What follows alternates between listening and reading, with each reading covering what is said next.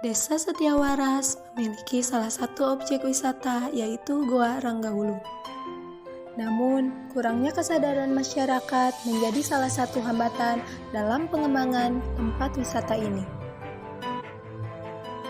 Salah satunya kurang penataan di area Goa Ranggahulu, tidak ada pengembangan UMKM, dan lain sebagainya. Kedatangan mahasiswa ISBI Bandung ingin membantu mengembangkan desa wisata melalui seni dan budaya.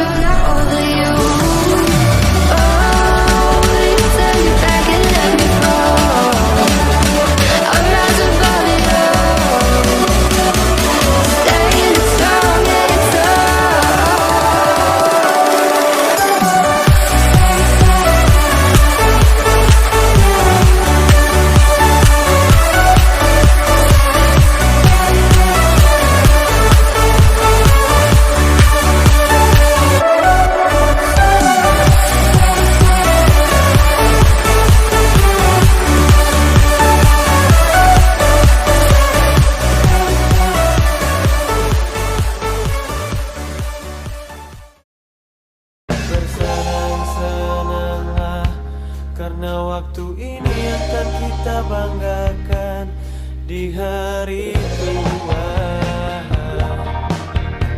Oh, sampai jumpa kawanku.